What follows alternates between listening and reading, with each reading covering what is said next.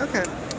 So, hello, how are you? I'm doing wonderful. How are you? I'm well. Can you please tell us your name? Yes, my name is Sister Bearonce from Los Angeles, California. Los Angeles. What brings you to Berlin?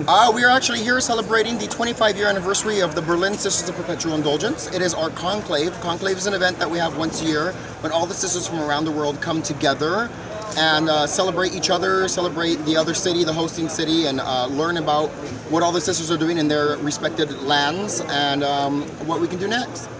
What did the sisters have to do with Folsom? Well, the sisters have always had a very close connection to the leather community, and you know, there's so many different facets in our community, and we are just as extreme as the leather men are, so are the sisters, and some of us combine leather men and fetish wear with being a sister like myself, and we're all here together. And you look absolutely fabulous. Yes. So who are the other two sisters with you? This is, I'll let her introduce herself. I'm Sister Donovan Day from Portland, Oregon. Okay. And who's the skinny one? Hi, I'm Sister Light of Christ from Boston. Last time I saw you would have been World AIDS Day in December. Yeah, back in San Francisco. Yes. You and your fabulous heels and everything. Yes, everything is great now. Okay. So this is Folsom, so I am going to have to ask you, what do you flag? What is your kink? You know, if I had to flag something, it would be orange. Anytime, anywhere, any place. Yes, ma'am. Probably the same, but my specialty is ass eating and rimming. Oh, okay. Wonderful. Yeah. I'm very, very vanilla. My flag is daddy. Okay. Looking for a daddy. Okay. So, what prompted you, or what was the reason why you wanted to join the Sisters of Perpetual Indulgence, and what does it mean to you to be a sister today? Sure. Before I was a sister, I was a leather man. I was Mr. Bear Los Angeles and Mr. Southern California Bear as well.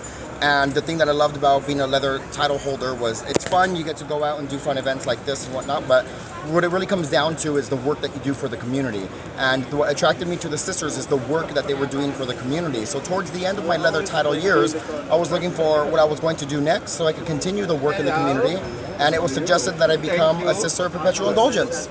So I met the sisters and I joined, and it has been more fun than I ever anticipated it ever would be. It's great.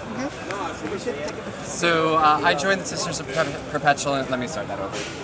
I joined the Sisters of Perpetual Indulgence about 3 years ago, and I was thirsty for community and to make change in my local community.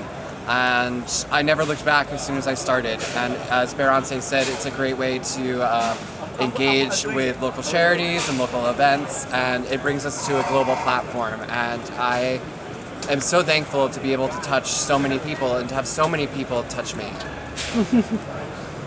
I joined the sisters after having grown up in Utah and not having any voice to tell me that it was okay to be gay, it was okay to be who I was. And I wanted to be that voice for other people in the community and hopefully try to help them not have to go through some of the things that I went through. So, what is the importance of the sisters internationally? You know, I think every city has maybe it might have a different focus, but the main thing that I take away, the main thing I like to tell people everywhere I go is if there's enough room in this world for me to walk up and down the streets dressed like this, then there's enough room for you to be you.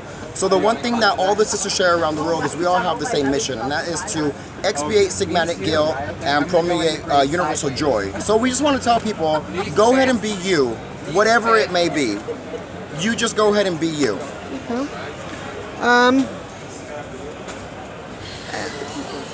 What is the one advice that you would give to somebody new to the community, whether coming out as LGBT, as leather, as queer, as anything? What would you talk about in order to provide an inclusive front? One thing, I'm from Los Angeles, so I'll speak specifically about that, is I always encourage people to explore gay Los Angeles beyond West Hollywood. West Hollywood is not the gay community. That is where a lot of gay people go to party and have fun, but that is not where the community is. The community is outside of West Hollywood, the LGBT Center, the AIDS foundations, the people that are getting together to make a difference. That's where you find community. So I encourage them to find sisters, to find Leathermen, to find gay sports clubs. That's where you find community. It's the organizations that are outside of the party scene.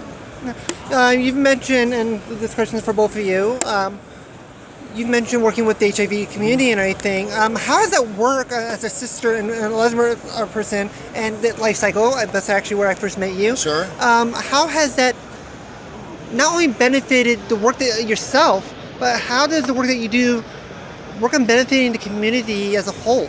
Well, the sisters have been on the front lines of fighting HIV and AIDS since the very beginning. In San Francisco, when the epidemic hit, the sisters were the first ones to create a safe sex pamphlet, and went out and passed out this pamphlet and condoms, and they started safe sex education in our community, and that's peer-to-peer education. That's not an institution where people have to go and learn about it. The sisters went out into the streets and found our people in the streets and started educating them there. So the sisters have been on the forefront of HIV/AIDS advocacy since the very beginning.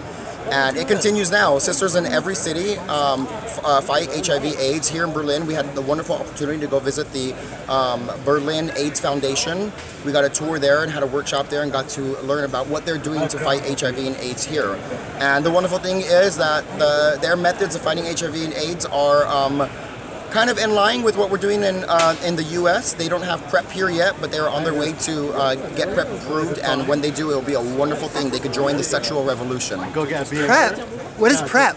PrEP is a pre-exposure prophylaxis pill that you can take once a day that will prevent you from contracting HIV. If taken regularly, it is proved, I believe, 98% effective to prevent HIV/AIDS.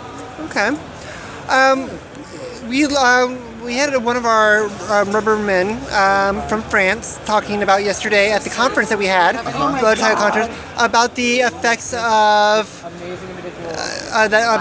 chemsex and how it really affects the community, and how unfortunately there's still a lot of people who do not talk about it. I know back in the States that is a very big problem. What advice can you give, or how has it affected the community that you serve and your life around those who use? Of course. My friend, he wants to go.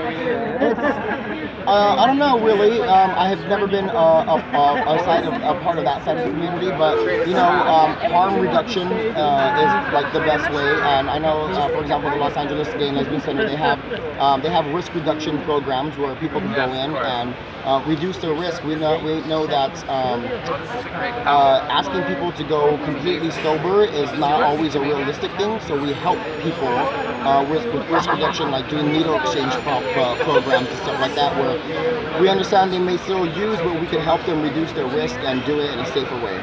Okay. Let's see. As a sister, and let me go back to the Sisters of Perpetual Indulgence, since the majority of you are cisgender gay men, is there a place for women and trans within your organization? The Sisters of Perpetual Indulgence is a place for everybody. It does not matter what you are. All that matters is that you dedicate yourself to creating a better community.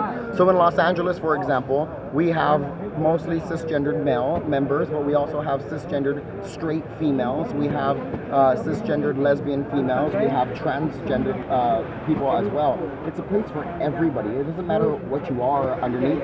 All that matters is what's up here and what's in here, and that you dedicate yourself to creating a better community wherever you are. And for those who don't know, sisters, why do you guys paint your face white?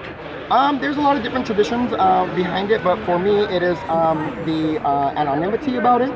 I like to think that what we do and all of this, it's not about me, it's about the work that we do.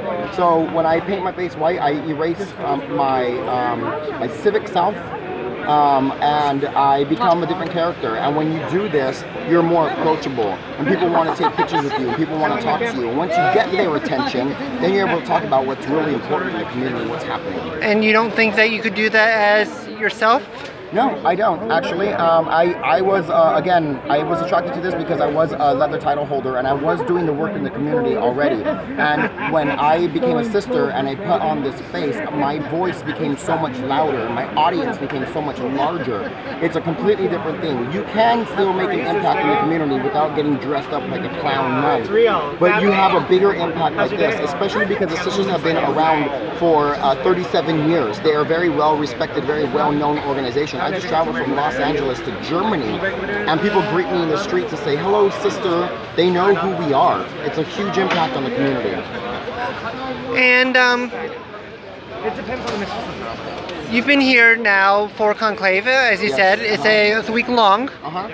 What has been your most significant moment here in Berlin for Conclave? The most significant moment, I think, there's a few. One of my favorite things is walking down the streets and having someone yell out, "Hello, sister," even over here, because it shows that the Berlin sisters have made a wonderful impact on their community, and people here recognize us as sisters just as they do in the U.S. That made me very proud of the German sisters. I was very proud of them that they've been able to make this impact. Some of the other things have been walking around with the German sisters out of face as boys and having them share their community and their local eateries, their favorite places to go. It's wonderful. It's a wonderful vacation to be spent with sisters because they show you around and take care of you while you're in a completely different land. So have you had the schnitzel? I have. I've had so many of the local street food, and it's great. I love it. And is this your first time in Berlin? This is my first time in Berlin. Will you be back? I will be back next year for Folsom. Okay. Well, thank you very much. We appreciate the work that you do. Thank you. And we'll see you at Life Cycle. Yes, we'll see you on AIDS Life Cycle 2017. Yes, Thank you. Wonderful. Thank you.